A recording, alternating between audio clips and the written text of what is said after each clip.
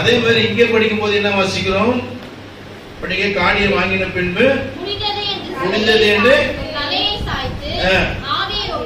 என்ன முடிந்தது? இது பூரிப்பு. உண்மையாக ஒரு பெரிய பூரிப்பு. யாருக்கு?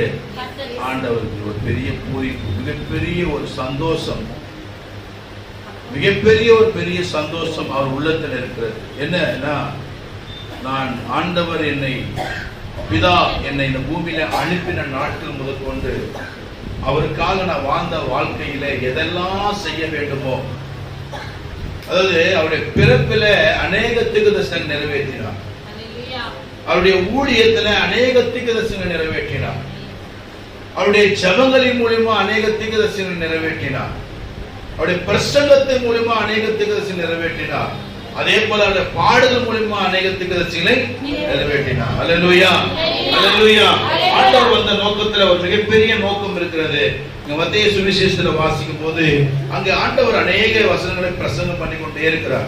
அப்படி பிரசங்கம் பண்ணி கொண்டிருக்கும் போது ஆண்டவருடைய பேச்சு பாத்தீங்கன்னா அநேகருக்கு ஒரு ராங்கா இருந்தது. என்ன ராங்கா இருந்ததுன்னா, இவர் ஒரு வேத வசனத்துக்கு சம்பந்தமே இல்லாத பேசுறாரு. சில நேரத்துல ஆண்டவர் பேசுற வார்த்தையை பார்க்கும்போது இவர் என்னத்துக்காக இவர் சில நேரத்துல வந்து பாத்தீங்கன்னா நம்ம பைபிள் நம்முடைய மோசே மூலமா கொடுக்கப்பட்ட வார்த்தைகளுக்கு சம்பந்தம் இல்லாம பேசுகிறாரு அப்படின்னு சொல்லி நிறைய நேரத்துல அவர் யோசித்தாங்க. அப்போ நிறைய நேரத்தில் யோசிக்கும் போது அவர் சொல்ற, நான் நியாயப்பிரமாணத்தை ஆனாலும் தீர்க்க தரிசனத்தினாலும் நான் அழிக்கிறதுக்கு வரல. நான் எதுக்காக வரல சொல்லுங்க? எதுக்காக வரல? அழிக்கிறதுக்காக வரவில்லை. நான் அவைகள் என்ன செய்தேன்? நிறைவேற்றவே வந்திருக்கிறேன். படிங்க, இது மத்தேயு சுவிசேஷத்துல தான் இருக்கிறது. நான் சொன்னது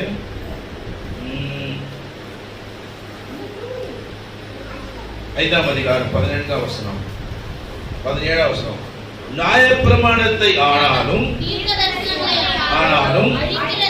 அழிக்கிறதுக்கு வந்தேன் என்று எண்ணிக்கொள்ளாதீர்கள், அழிக்கிறதுக்கு அல்ல. இப்போ நியாயப்பிரமாணமும் தீர்க்க தரிசனங்களை குறித்து பேசணும்னா ஆயுஷ் நாட்களுக்குள்ள பேசினாலும் போதாது. பழைய ஏற்பாடு காலத்துல கட்டளை என்று சொல்ல வேண்டுமானால் 613 கட்டளை இருக்கிறது. 613 கட்டளையும் 10 கட்டளை, அதாவது சொல்லுவாங்க 613 பிரமாணங்கள் 10 கட்டளைகள். இதை எல்லாவற்றையும் ஒரு மனுஷன் நிறைவேற்ற முடியுமானா? முடியவே முடியாது, முடியல.